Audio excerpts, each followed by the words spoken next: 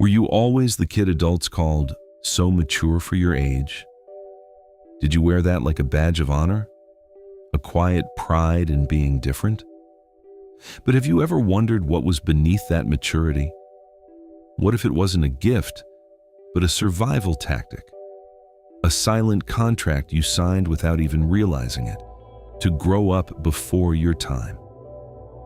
This isn't about blame. This is about understanding. This is about finally seeing the invisible weight you carried and how it shaped who you are today. The first trait is hypervigilance. Reading the room wasn't just a skill for you, it was necessary.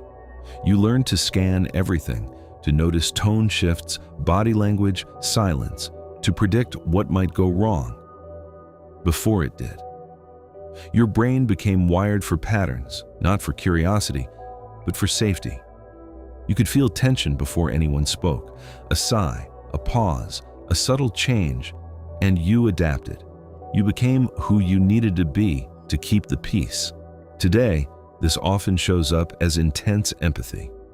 You feel everything, sometimes more than others do. You're the one who understands everyone, helps everyone, supports everyone.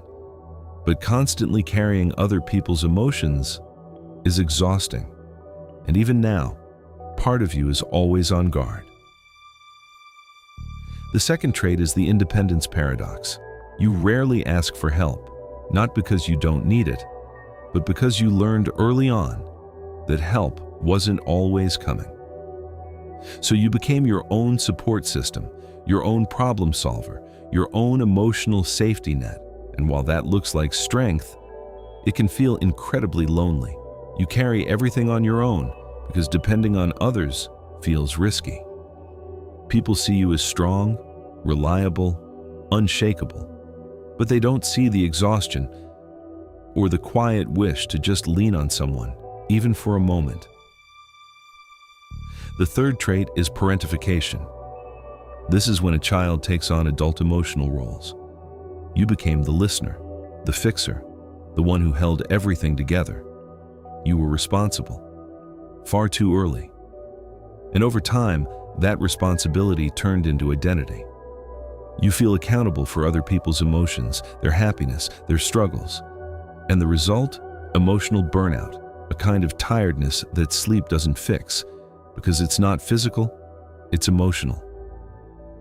But here's what you need to hear. Being the mature one wasn't your choice. It was how you survived. And it worked. But you don't have to live in survival mode anymore. You are allowed to rest.